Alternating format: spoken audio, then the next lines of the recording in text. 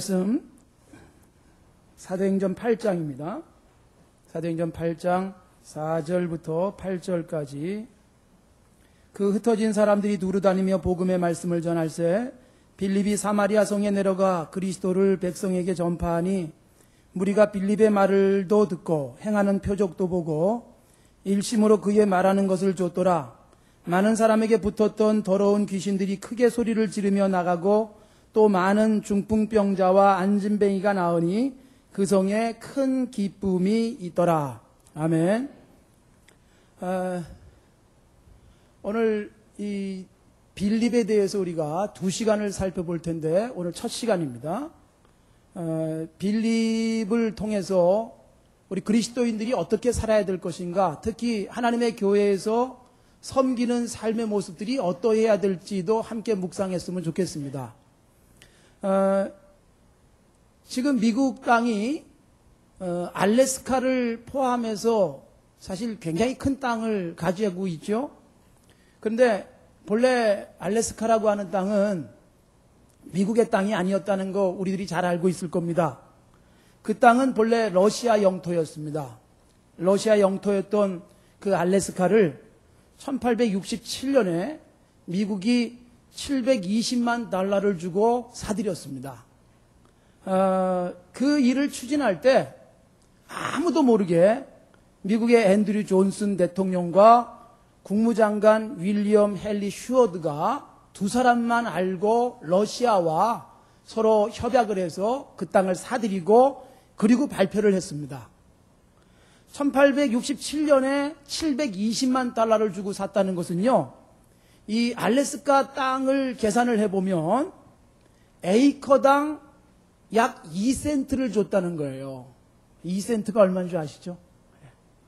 이 참 720만 달러 그러면 큰 돈처럼 보일지 모르지만 에이커, 1에이커가 1224평입니다.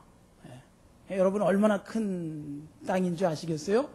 1200평이나 되는 땅을 2센트 주고 샀으니까 우리나라 돈으로 여러분 1달러가 1000원 그렇게 계산을 하더라도 여러분 불과 몇십 원에 한 평이 아닌 에이커니까 1000평 넘는 땅을 사는 거죠. 그런데 그 땅을 샀을 때 칭찬 듣지 않았습니다. 미국 여론이 들끓었습니다. 대통령과 국무장관이 도대체 무슨 일을 한 거냐? 도대체 아이스박스 같은 그 땅, 쓸모없는 땅을 왜 사냐? 그러고서 엄청난 비난 여론이 일었습니다. 그런데 여러분 그 뒤에 미국은 그 땅 때문에 얼마나 웃게 됐고 러시아는 그 땅 팔고 나서 얼마나 통곡을 했는지 모릅니다. 나중에 여러분 알래스카에서 나오는 석유가 미국에서는요 텍사스 다음으로 많은 석유 매장량을 갖고 있는 땅으로 알려졌고 천연가스나 금, 은, 아연, 구리, 석탄, 모래, 자갈 등 온갖 천연자원이 이 알래스카에 가득하다는 것을 알게 됐습니다. 그뿐만 아니잖아요. 미국과 그 소련의 이 냉전 체제 하에서는요, 사실 이 소련의 바로 코 밑에 미국이 미국을 소련을 위협하는 그런 군사시설을 할 수 있는 그런 전략적으로도 아주 중요한 땅이 된 겁니다. 처음에는 비난을 받았지만 바로 이 앤드류 존슨 대통령의 통찰력은 미국에 엄청난 유익을 가져다 준 겁니다. 여러분 한 사람의 통찰력이 뛰어나면 한 나라나 또 한 민족이 복을 받습니다. 그러니까 한 사람의 리더십이 얼마나 중요한지 모릅니다. 근데 그 리더십을 발휘하려면 참 어렵습니다. 잘 따라주지 않고 또 그 리더십이 실행되는 동안에는 비난을 받을 수도 있습니다. 그러나 한 사람이 좋은 참 통찰력 가지고 그 중요한 일을 행함으로 말미암아 사실 온 나라가 복을 받게 되지 않습니까? 영적 통찰력을 가진 훌륭한 리더가 한 사회에 등장하면 그 사회는 이런 물질적 축복보다 훨씬 더 큰 복을 받게 됩니다. 그러니까 우리 그리스도인들이 가져야 될 중요한 자세는요, 영적 통찰력을 가지고 한 시대와 한 사회의 리더 역할을 하는 거예요. 예수님께서는 우리를 부르셔가지고 한 사회, 한 공동체, 우리가 있는 곳마다 가서 사실 하나님의 사람들로서 리더 역할을 하기를 원하는 거예요. 사회를 끌어가는 역할이죠. 교회도 마찬가지잖아요. 교회가 세상에 제일 끌려가면 어떡하겠어요? 교회가 세상의 리더 역할을 해야죠. 그래서 교회 때문에 세상이 좀 달라지고 그래야 되는데 오늘날 교회의 모습들이 참 그런 긍정적인 모습들을 보이고 있지만 그렇지 못할 때도 있기 때문에 안타까운 겁니다. 오늘 저는 이 빌립에 대해서 함께 살피면서 빌립이 가지고 있었던 영적 통찰력, 그래서 초대교회에서 빌립이라고 하는 사람이 얼마나 중요한 영향력을 미치고 그의 생애 전체를 통해서 얼마나 가치 있는 삶을 살았는가를 우리가 첫 시간 살펴보도록 하겠습니다. 자, 먼저 여러분, 이 빌립이라고 하는 사람은 사도 중에 한 사람이 아니었습니다. 여러분, 사도 중에도 빌립이 있죠? 네, 빌립 제자가 있습니다. 요한복음에 나오는 빌립이라는 제자, 그는 아주 똑똑한 사람이었고 계산도 잘하는 사람이었습니다. 그 빌립 말고 여기 나오는 사도행전에 나오는 이 빌립은 평신도 일꾼인 빌립이었습니다.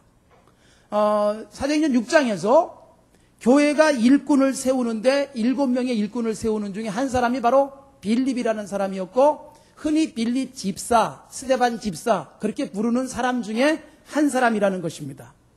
여러분, 사도가 아닌 예루살렘 교회가 뽑은 7명의 한 사람으로서의 빌립의 역할이 얼마나 중요한지 모릅니다. 그러니까 교회는요, 건강한 교회가 되려면 평신도들이 영적으로 건강하게 서야 돼요. 그러니까 평신도들의 영적 통찰력이 커지면 교회가 든든하게 서갑니다. 그래서 교회가 사실 평신도들을 잘 키워내는 것은 매우 중요한 거예요. 사실 교회가 유치부부터 초등부, 중등부, 고등부, 청년들 이런 주일학교부터 시작해가지고 교회가 꿈꾸고 기도하는 것은요, 빌립 같은 좋은 일꾼 키워내는 것이 교회의 비전이어야 됩니다. 그런 사람 잘 키워내면은 그런 사람들에 의해서 교회도 건강해지고 세상도 달라지는 거예요. 사도들이 이 초대교회에서 중요한 역할을 하다가 그게 사도행전 속에서는요 6장 이전까지의 모습이에요. 주로 사도들에 의해서 교회가 움직였어요. 그런데 6장 이후에 평신도 일꾼들을 세우기 시작했고 그 평신도 일꾼들이 바로 7명의 초대교회 집사였습니다.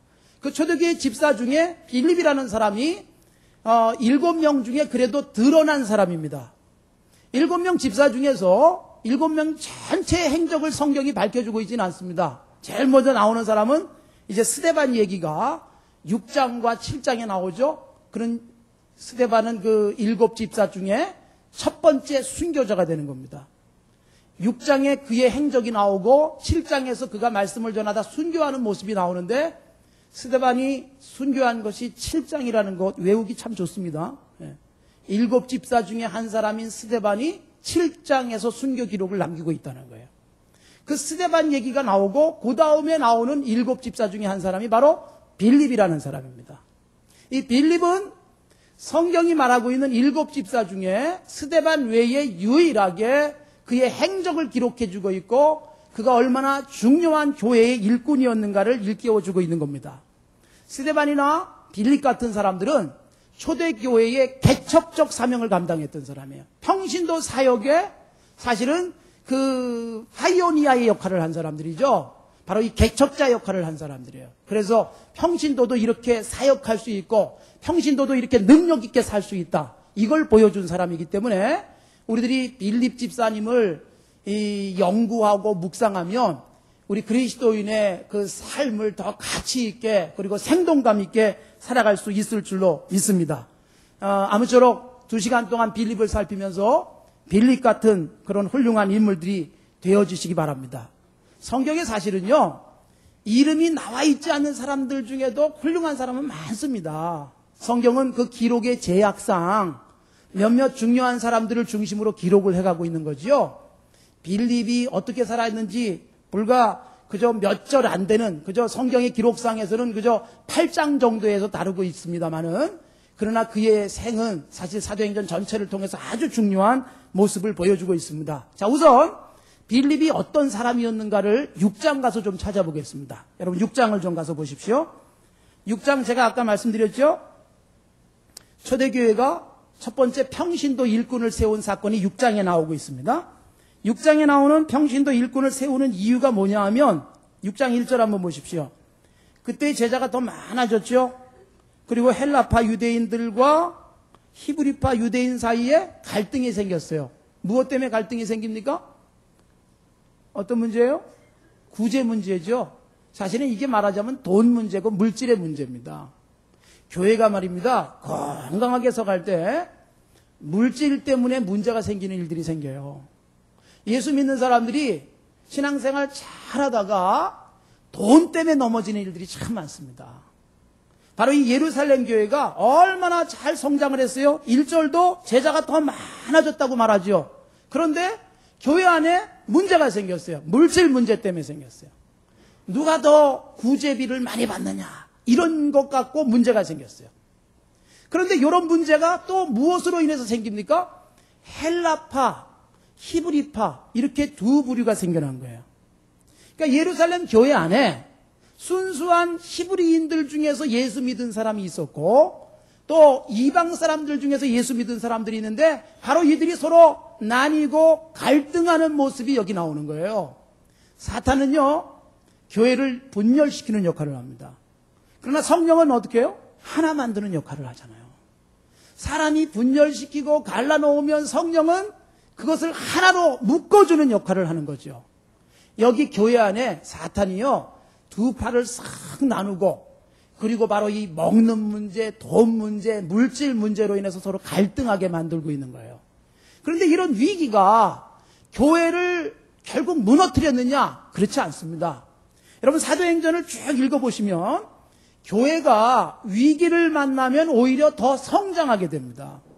교회가 문제를 만나면 그 문제 때문에 지혜롭고 성령 충만한 사도들은요 오히려 교회를 더 복되게 만드는데 이 갈등과 물질 문제 때문에 사람을 세우게 됩니다. 그래서 여러분 2절 한번 보십시오. 12사도가 모여서 회의를 하고 그리고 어떤 결정을 하느냐, 우리가 하나님의 말씀 제쳐놓고 이렇게 구제하는 일을 우리가 전담하는 것 마땅하지 않다, 그런 판단을 했습니다. 그래서 3절에 보니까 그러면 문제가 뭔지 알았으니까 대안으로 뭘 만듭니까? 사람을 세우자, 일꾼을 세우자. 그래서 교회 안에 조직이 생기고 일꾼이 생기게 됩니다. 그 일꾼들이 3절의 말씀이에요. 3절 보십시오. 형제들아 너희 가운데서 어떤 사람? 성령과 지혜가 충만하고 그 다음에 또 뭐예요? 칭찬 듣는 사람 몇 사람이에요? 7명을 세우자. 그래서 세워진 사람 중에 한 사람이 빌립이었고 또 스데반이었던 것입니다. 여기 7사람의 이름이 쭉 나오고 있습니다. 자, 그러면 빌립을 어떤 사람인가 찾아보려니까 6장에서 보니까 어떤 사람이었다고요? 뭐가 충만해요? 예, 성령이 충만하고 지혜가 충만했다. 그렇게 말하고 있습니다. 하나님의 일꾼들은요, 공부 많이 해야 되지요.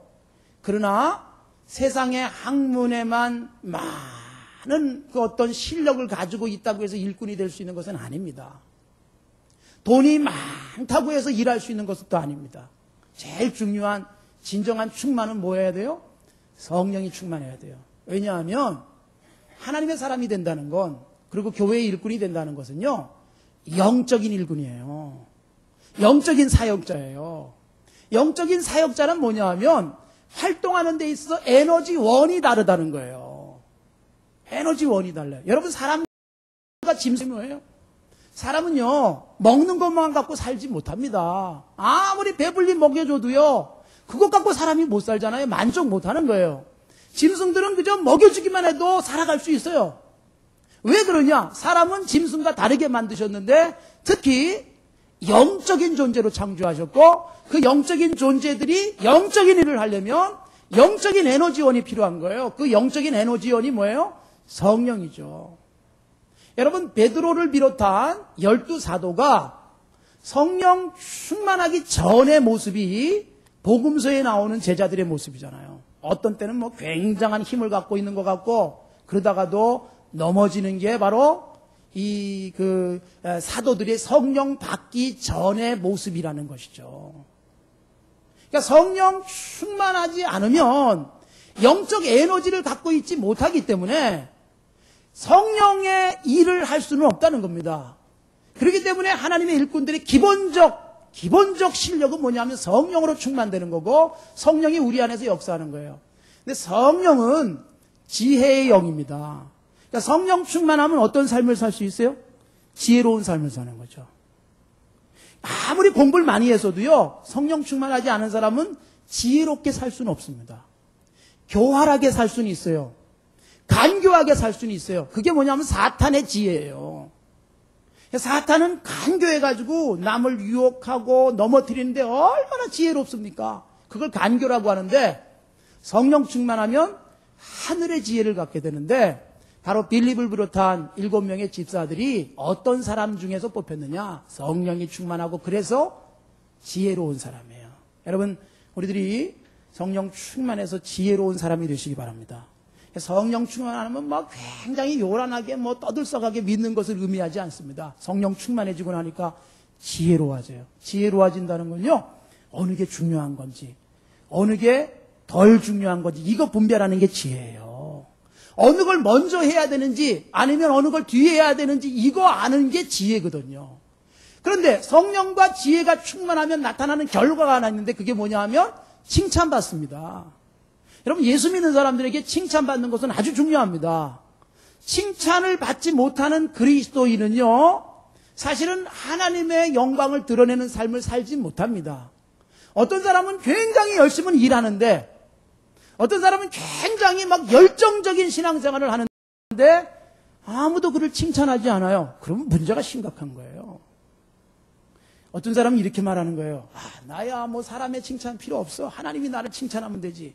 절대로 그렇지 않습니다. 사람의 칭찬을 받는 사람이 하나님이 칭찬하는 거예요. 로마서 14장에서 바울사도 그렇게 말하잖아요. 그리스도를 믿는 사람은 하나님께만 하나님이 참 좋다고 말하는 것으로 끝나지 않습니다. 사람들에게도 칭찬받는다. 하나님이 사랑하시는데 사람도 칭찬하는 거예요.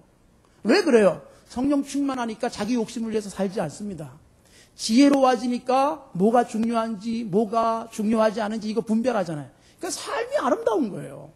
사람들이 볼 때 좋은 거예요. 그러니까 칭찬하는 거죠. 여러분, 칭찬받는 삶이 되는 것은 중요합니다.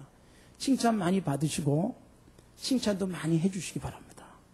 근데 칭찬 잘 해주면요, 그 사람이 신나서 또 칭찬받은 일들을 하게 되어 있습니다. 여러분, 우리나라에 나온 책 중에, 번역돼서 나온 책 중에 칭찬은, 그 다음 제목이 뭔지 아세요?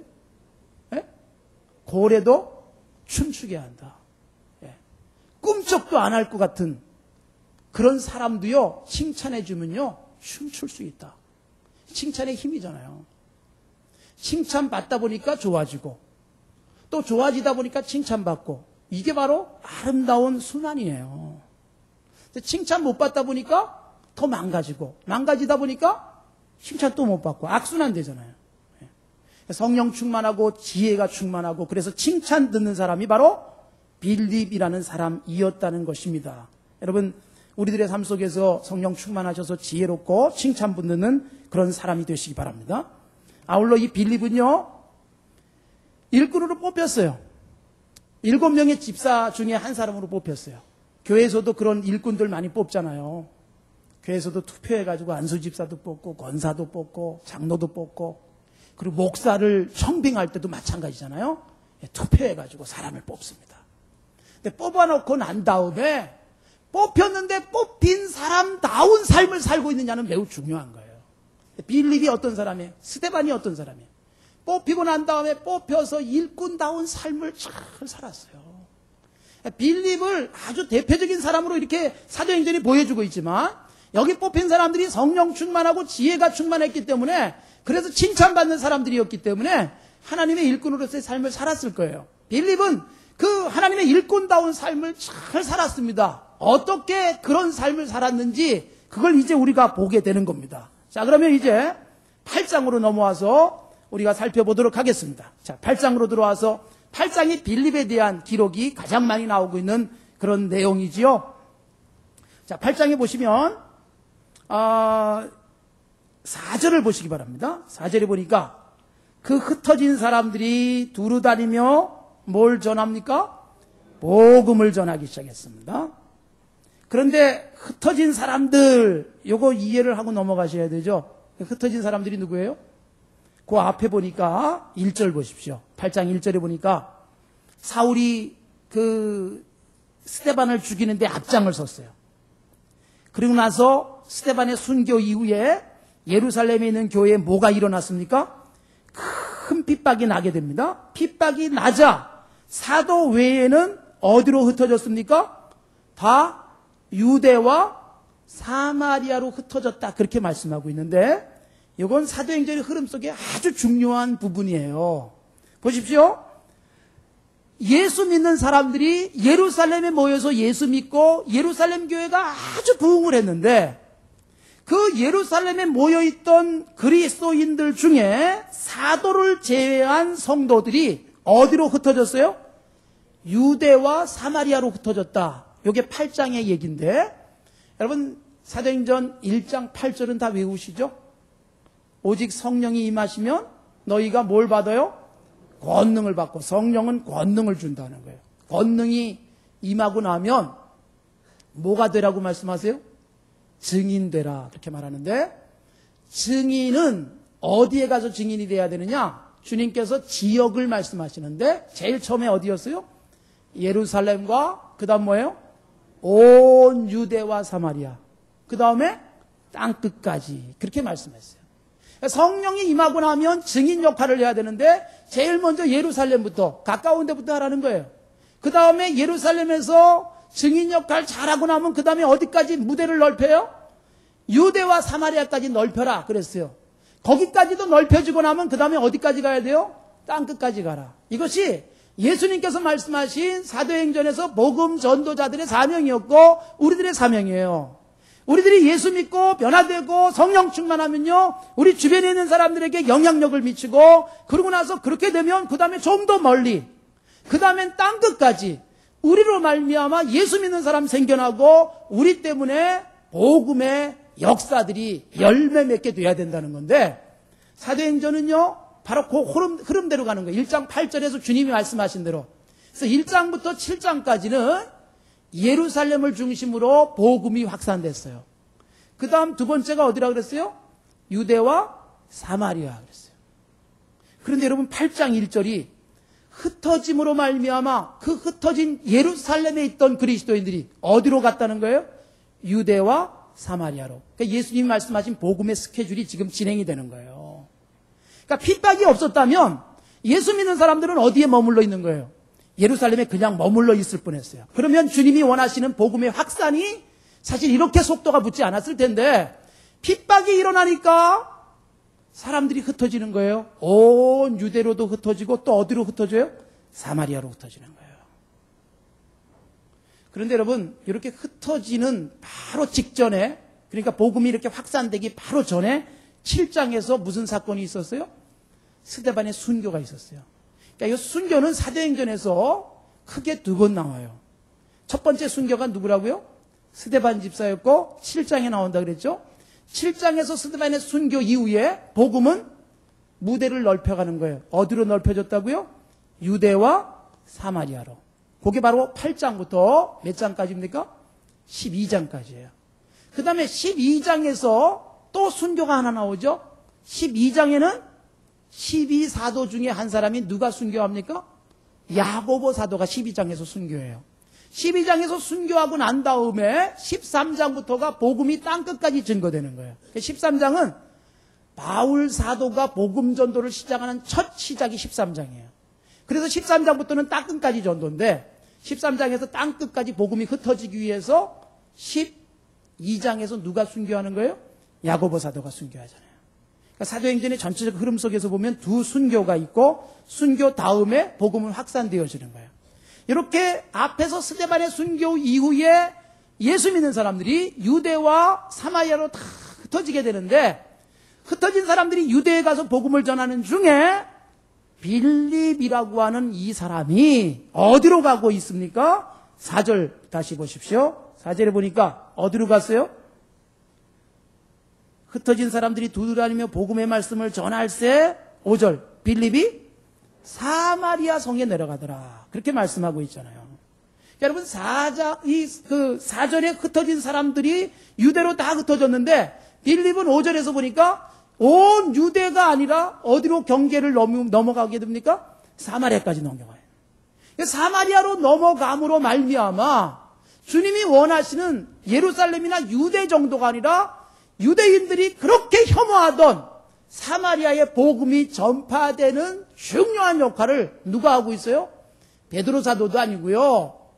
또 요한 사도도 아니고요. 야고보 사도도 아닙니다.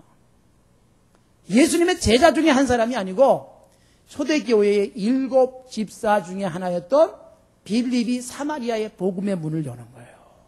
여러분, 이것은요, 우리가 사도행전을 이렇게 읽어보다 보면 그거야 뭐 그렇게 가나보다 그렇게 혹시 생각할지 몰라요. 그러나 이것은요, 굉장히 획기적인 일이었습니다. 왜 획기적인 일이었습니까? 유대인들은 사마리아 사람을 어떻게 여겼어요? 그 개처럼 취급했어요. 우리가 요한복음을 보시게 되면 요한복음 4장에 무슨 말씀이 나옵니까? 예수님이 사마리아를 통과하면서 갈릴리로 가시는데, 사마리아를 통과해서 가시는 중에 사마리아의 수가성에 들어가시잖아요. 수가성에 들어가서 제자들이 식사할 거리를 사러 간 사이에 예수님이 우물가에 물을 들러 나온 여인과 대화를 하게 됩니다. 여인과 대화를 하는데 사마리아 수가성의 여인이었어요. 예수님이 어떻게 대화를 풀어가셨습니까? 예수님께서 여인에게 물 좀 주시오 그랬더니 그 여인이 깜짝 놀라서 당신 유대 남자가 분명한데 어찌하여 사마리아 사람이 나에게 물을 달라고 하십니까? 라고 그 여인이 되묻습니다. 그리고 요한이 그 밑에다가 해석을 달아놓지요. 이는 유대인들은 사마리아 사람과 어떻게 하지 않는다는 거예요? 상종도 하지 않더라. 사마리아 사람하고는요, 얘기도 안 합니다. 그래서 여러분, 사마리아는 이스라엘 땅에서 이스라엘을 크게 세 지역으로 나누면 북쪽이 갈릴리 지역이에요. 그 다음에 바로 이 중부 지방이 사마리아예요. 그리고 남부 쪽이 유대 지방입니다. 근데 유대 지방에서 갈릴리까지 여행을 하려고 그러면 유대인들은 상당수가요, 갈릴리까지 가는데 사마리아를 통과하면 빠른데도 사마리아라고 하는 지역 지나가다가 사마리아 사람 만날까봐 일부러 요단강을 건너서 요단강의 동쪽으로 멀리 돌아서 다시 요단강을 건너서 갈릴리로 들어가곤 합니다. 그 정도로 사마리아 사람을 혐오했어요. 그런데 예수님이 거기 들어갔으니까 얼마나 놀랍겠어요. 그리고 여자에게 말을 걸었던 거예요. 그러니까 사마리아 사람이 유대인이 말을 걸어오니까 신기하게 여겼던 겁니다. 그 정도로 사마리아와 유대인들 사이에 갈등이 심했고 또 유대인들의 편견이 심했던 겁니다. 그런데 그 사마리아에 복음이 들어가는 거예요. 예수님이 복음을 전한 이후에 성경의 기록상 첫 번째 사마리아에 들어가서 복음을 전한 사람이 누구예요? 다시 말하지만 베드로도 아니고 야고보 사도도 아니에요. 누가 들어가는 거예요? 7 평신도 일꾼 중에 하나인 빌립이 복음 들고 사마리아의 문을 과감하게 여는 거예요. 얼마나 놀라운 일입니까? 사실 여러분, 어떻게 보면요, 오랜 전통 속에 있던 사람이나 또 전통적 사회 속에서 꽤 이렇게 유력한 사람이 되면요, 전통을 깨는 일을 쉽게 하기가 어렵습니다. 사실 누가 잘 깰 수 있는가 하면 사실은 그 중심 인물이나 또 위에 있는 사람보다는요, 그 주변 인물들, 또 별로 그렇게 힘이 없는 사람들이 오히려 전통을 깨고 새로운 뭔가를 하는데 사실 어떻게 보면 더 용기가 생길 수 있어요. 뭐 그렇게 해도 큰 문제가 안 생길 수 있으니까. 근데 중요한 사람들이 그걸 깨려고 그러면 어렵잖아요. 사실 교회의 변화도요, 어디서부터 변화가 일어나야지 교회가 가장 잘 갈 수 있는가 하면 리더들의 리더십에 의해서 교회가 움직여가지만 그 리더십에 대해서 인정하고 따라가는 바로 이 평신도 그룹들이 상당히 힘을 내면 교회가 쉽게 변하는 거예요. 그런데 이 사마리아로 들어가는 이 획기적인 변화의 역사가 바로 이 빌립이라고 하는 평신도 사역자에 의해서 시작이 된 거예요. 그러니까 이 빌립이 얼마나 열린 생각을 갖고 있는 사람이었느냐, 열린 가슴을 갖고 있는 사람이었는가를 우리에게 보여주는 거죠. 그러니까 빌립은 그런 의미에서 보면요, 자, 핍박 때문에 흩어졌어요. 핍박 때문에 집을 떠나야 됐고, 핍박 때문에 자기가 살고 있던 삶의 터전을 떠나야 되는 어려움을 겪으면서도 핍박을 피해서 도망간 곳에서 복음을 전하는, 핍박을 두려워하지 않는 신앙의 사람인과 동시에 많은 사람들이 핍박을 피해서 온 유대로 흩어지는 중에 유대 땅이 아닌 어디로 간다는 거예요? 사마리아라고 하는 닫혀있는 땅, 사람들이 편견을 가지고 있는 그 땅으로 들어가더라는 거예요. 그래서 사도들도 생각하지 못하던, 주님의 제자들도 생각하지 못하던 획기적인 변화를 가져오게 되고 복음의 문을 사마리아에 여는 개척적 사명을 감당하는 거예요. 평신도 사역자인 빌립이 사마리아의 복음의 문을 여니까 그때야 비로소 사도들이 쫓아가는, 사실은 어떻게 보면 거꾸로 된 모습이잖아요. 이런 의미에서 사실 평신도 중에서 이런 말씀 안에서 주님이 가르쳐 주신 거 아닙니까? 주님이 사람들이 상종하지 않는 사람 만나주시고 사랑해주시고 격려하시고 그들을 세워주시고 용서하시고, 그게 바로 주님의 사역이었는데, 주님의 사역을 그대로 닮은 바로 이 빌립의 모습을 우리에게 보여주고 있는 거예요. 그러니까 우리들이 주님이 원하시는 뜻이라면 때로는 획기적일 필요가 있어요. 남들이 하지 않는 일들을 열어갈 필요가 있어요. 그게 바로 영적 통찰력이고 그게 진정한 리더의 모습이라는 것입니다.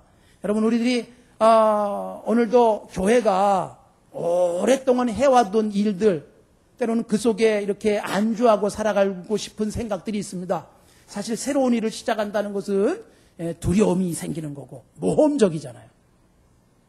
그러나 늘 새로운 일들을 말씀 안에서 기도하는 가운데 성령이 충만해지니까 지혜가 생기고, 어떻게 하나님 나라가 확장될 것인가, 어떻게 해야 교회가 든든히 서갈 것인가, 이걸 깊이 묵상하면요 새로운 일들을 만들어내갈 수 있는 거예요.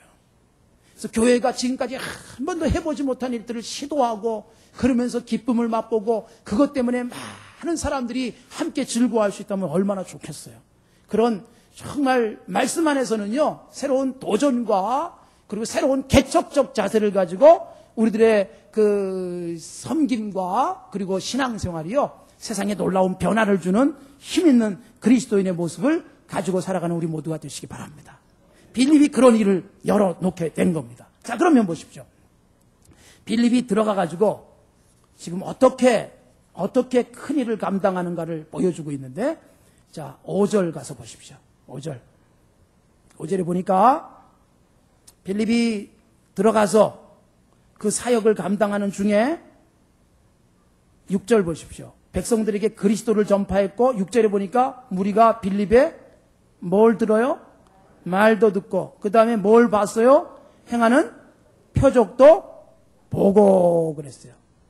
그러고 나서 사마리아 사람들이 한 마음으로 그의 말하는 것을 어떻게 했다? 쫓았다. 여러분, 말하던 것이 뭐예요? 무엇을 전파했다 그랬죠? 그리스도를 전파했으니까 빌립의 말하는 것을 듣고 행하는 표적을 본 사람들이 무엇을 쫓았다는 말이에요? 그리스도를 쫓았다는 거 아닙니까? 그러니까 여러분, 이 빌립이 사마리아에 들어가서 열심히 말씀을 전하고 능력을 행하고 나니까 사마리아 사람들이 누구를 쫓게 됐느냐? 그리스도를 쫓게 됐습니다. 그러니까 빌립은 자기를 쫓게 하지 않았습니다. 여러분, 여기 분명히 말씀하고 있는 그의 말을 쫓았다는 말씀의 의미는, 그의 말하는 것을 쫓았다는 것은 그가 말한 것이 뭐예요? 그리스도를 전파하는 거잖아요. 그러니까 그리스도를 쫓게 만드는 거예요. 여러분, 이게 건강한 전도고, 이게 건강한 교회 사역이고, 이게 건강한 교회 일꾼 양성이에요. 자칫 잘못하면 사람을 키우긴 키웠는데 나를 따르게 만들 수 있어요. 나를 따르라. 나만 쫓아오게. 그 사람이 다른 교회로 가면 그 교회로 따라가는 거예요. 여러분, 아주 비정상적인 상태가 그런 모습이에요. 여러분, 주의 사역을 감당하면서 우리들은 모든 사람들이 내가 열심히 사역하고 나면 나를 쳐다보는 게 아니라 누굴 쳐다보게 만들어야 돼요? 그리스도를 쳐다보게 만들어야죠. 이게 사도행전에 나타난 중요한 흐름들이잖아요.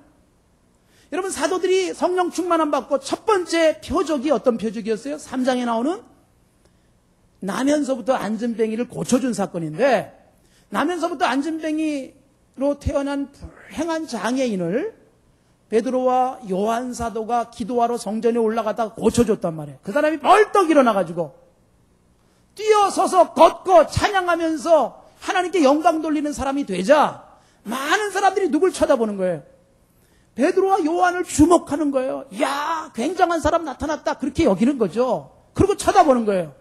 그때 베드로가 그것을 보면서 기뻐하고 좋아하고 야 드디어 우리가 이제 인기가 높아가기 시작한다 그러질 않았습니다.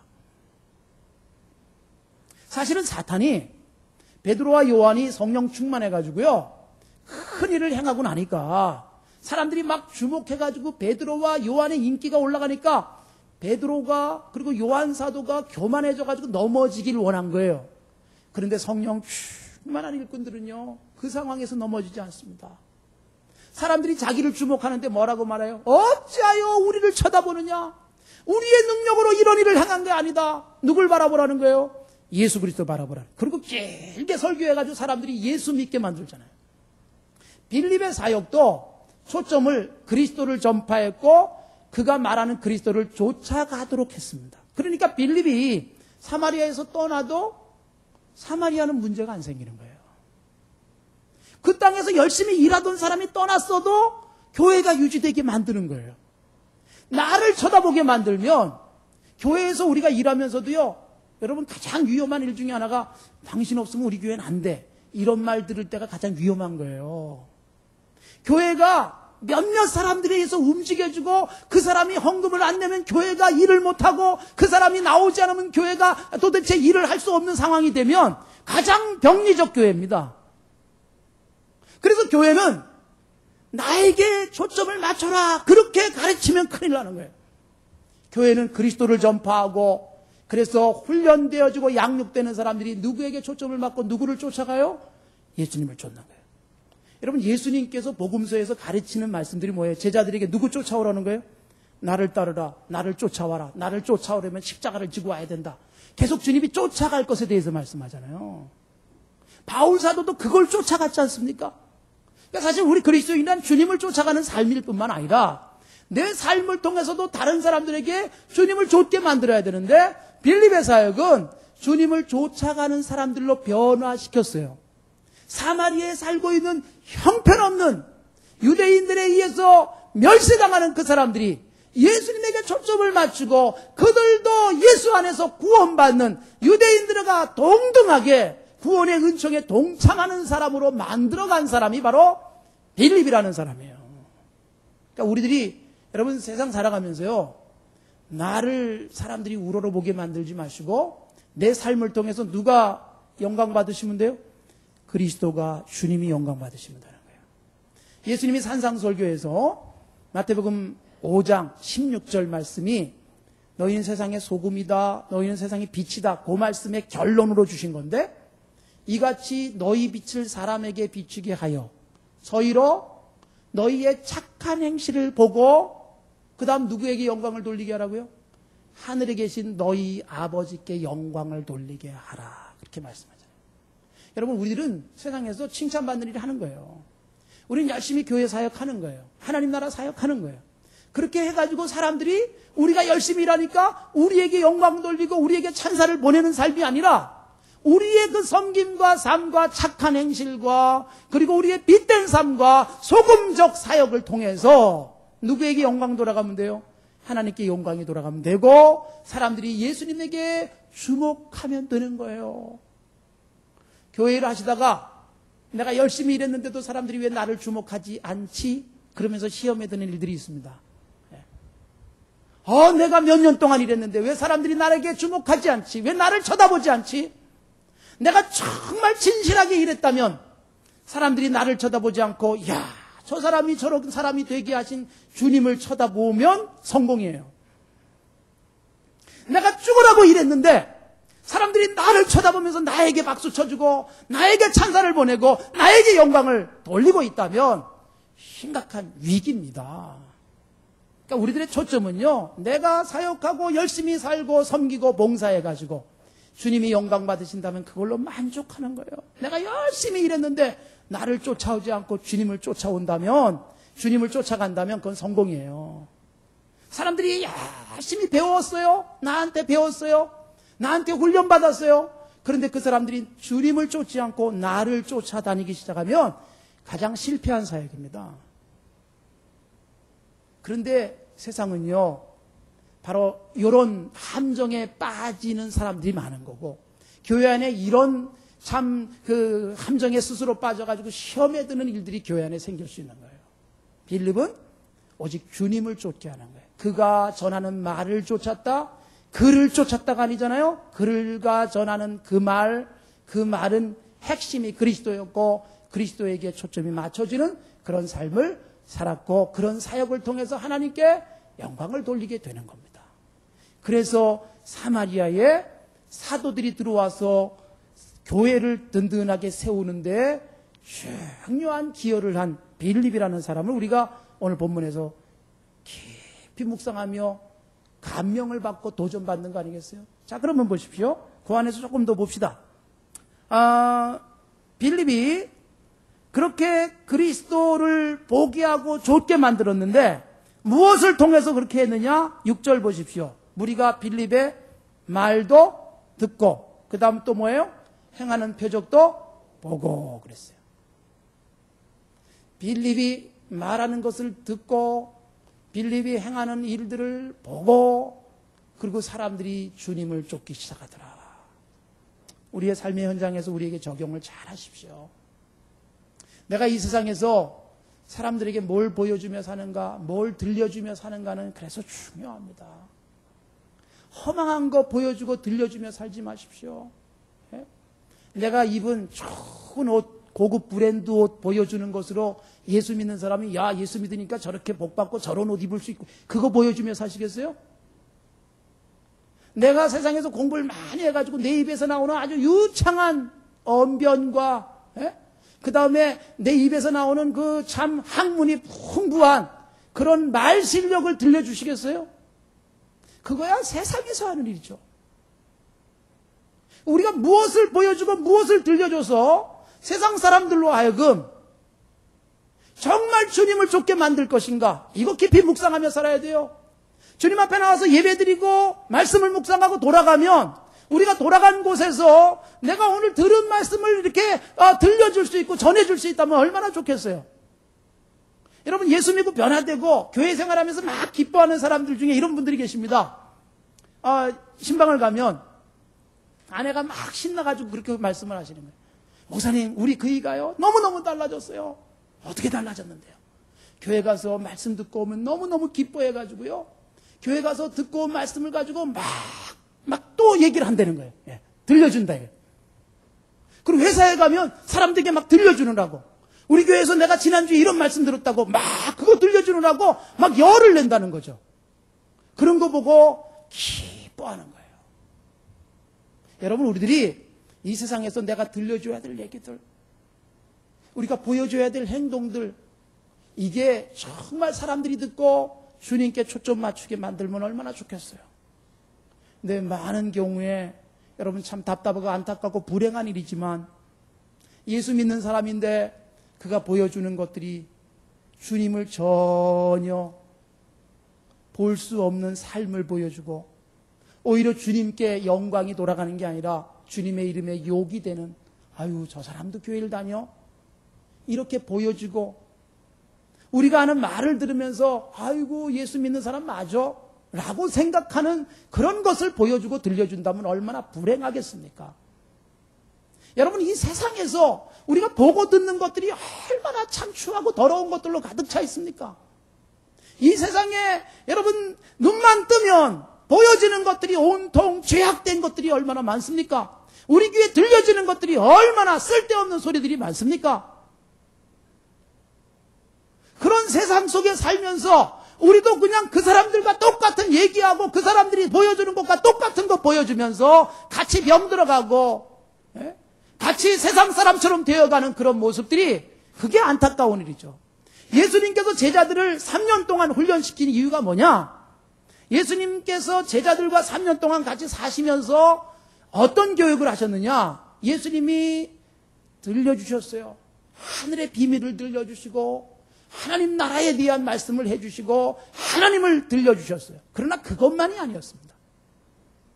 예수님의 일상의 삶 속에서 대화를 듣고 예수님의 일상의 삶을 보는 거예요. 그러니까 주님과 함께 그저 살면서 보고 듣고 하는 것을 통해서 삶이 훈련되는 거죠. 우리 가정 속에서도 마찬가지예요. 정말 좋은 교육이 뭐예요? 가정교육이. 그게 뭐 앉혀놓고 이렇게 해라 저렇게 해라 이론적 수업을 통해서 가정교육이 이루어지진 않잖아요. 가정교육이 말입니다. 예, 월요일날 1교시 뭐 수업 시작하고 2교시 뭐 하고 그렇게 해서 가정교육이 됩니까? 그런 가정교육은 존재하지도 않지 않습니까? 그런데 여러분 어떤 사람 보면 가정교육을 참 잘 받았다. 사람들이 칭찬하는 사람들이 뭐겠어요? 집에서 엄마가 하는 말을 듣는 거예요. 엄마가 하는 행위를 보는 거예요. 집에서 아빠가 하는 것을 보고 듣는 거예요. 그러면서 아이들이 마음속에 그냥 그게 쌓이는 거예요. 그 말투를 담고 그가 하는 일들을 보고 그러는 거예요. 그대로 보고 배우는 거 아닙니까? 여러분 그 기도를 할 때 우리 아이들이 어떻게 기도하나 어떤 목사님이 그렇게 얘기를 하시더라고요. 아이를 키우는데 야 기도해봐라 네가. 그러면 아이가 기도를 하는데 이제 6살밖에 안 된 애가 이렇게 기도를 하는데 인상을 팍 쓰고 인상을 팍 쓰면서 아버지 그러면서 기도해. 6살짜리가. 아니 저 녀석이 기도를 하는데 왜 저렇게 인상을 쓰나. 그러고서 곰곰이 생각해 보니까 아빠인 자기가 기도만 하면 인상을 팍 쓰면서 기도하는 거죠. 아이에게 기도는 이렇게 하는 거다라고 이론적으로 설명 안 해줘도 아이가 보고 어떻게 해요? 아, 기도는 저렇게 해야 되는구나. 그렇게 배우는 거예요, 그냥. 예. 그렇게 배우는 거예요. 그대로 본 대로 따라하는 거고, 들은 대로 그대로 삶을 갖고 가는 거예요. 우리 속에 쌓여지는 것들은 여러분 우리의 감각기관을 통해서 쌓이는 거 아니겠어요? 사람들의 가슴 속에 쌓이는 것들이 사람들의 하나님이 만들어진 감각기관을 통해서 마음에 쌓이는데 그것은 바로 시각적 효과, 눈에 보이는 것, 또 청각적 효과. 그래서 귀에 들리는 것이 그 사람 속에 쌓이고 쌓이고 쌓이고 계속 쌓여가지고 건드리면 그게 튀어나오는 거죠. 맨날 욕하는 속에서 살아보십시오. 건들면 욕만 나와요. 여러분 우리 아이들이 얼마나 세상의 것에 보고 듣는데 노출돼 있습니까? 인터넷에 그저 1시간만 앉아 있어도 보고 들리는 것들이 얼마나 참. 여러분 이 앉아가지고 이 버디 이런 거 하면서 막 대화를 하잖아요. 이야 참 그 피곤한 시간에 그 뭘 그렇게 주고받는지 얼마나 떠드는지 조용하게 떠들잖아요. 조용하게 떠드는 거예요. 기껏 휴대폰으로 서로 주고받아도 그리고 인터넷상에서 서로 주고받아도 그저 자판 두들기는 소리밖에 안 들리잖아요. 그리고 계속 떠드는 소리 옆에서 이렇게 지켜보면요. 그 언어 자체가 이거 국어 파괴. 여러분 이거 얼마나 많이 나타납니까? 지금 사실 한글 파괴 현상이 인터넷 때문에 많이 생기는 거 아닙니까? 미국에서도 영어 파괴 현상이 굉장히 많이 나타나죠. 그래서 여러분 그 집사님이 개업을 해서 가보니까 이름이 그냥 이게 투유예요, 투유. 근데 그 집사님도 모르더라고요. 그게 무슨 뜻인지. 투유가 그냥 이자에다가 유자 하나 쓴 거예요. 그게 영어로 제대로 쓰면은 to, to에다가 you 써야 되는 거를 이렇게 간단하게 쓰는 거 아닙니까? 이에다가 you, 투유, 당신에게 그렇게 하는. 이런 현상들이 막 일어나는데 그런 걸 인터넷 통해서 계속 듣고 보다 보니까 그대로 닮아가잖아요, 지금. 그런 세대들을 사실은 교회 교육이 사실 수용해 가고 있는 건데 제가 걱정되는 건요. 선생님들도 거의 비슷해져 가요. 선생님들 거의 비슷한 수준에서 가르치니까 도대체 소망이 없는 것처럼 보일 때가 있어요, 가끔은. 여러분 그 빌립의 모습 보여주고 들려주는 것을 통해서 사마리아를 뒤집어 놓는 거예요. 줄을 쫓게 만드는 거예요. 우리들이 오늘 빌립에 대해서 첫 시간 살폈습니다. 오늘 다음 주 계속해서 살필 때까지 오늘 빌립에 대해서 도전받은 분들 묵상하면서 삶 속에서 구체적으로 실천하다가 다시 빌립에 대해서 묵상하면서 만날 수 있길 바랍니다. 기도합니다.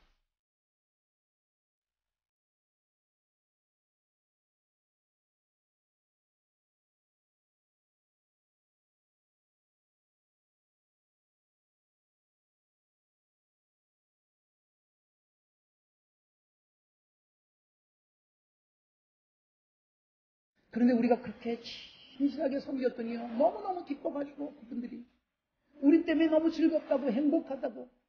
그래서 그날 그 동네에 개 2마리가 없어지지 않았습니까? 개 잡아가지고 우리 먹인다고요? 제가 세상에서 그렇게 맛있는 음식 먹어본 적이 없어요. 아스팔트 위에 앉아가지고 아무 반찬도 없이 그거 삶은 거하고 된장만 찍어 먹는데 얼마나 감사하고 기쁨인지. 사람을 소중히 여기는 건강기업 인성내추럴. 인성내추럴이 함께합니다. 정직과 성실한 믿음의 기업 동구제약. 동구제약이 함께합니다.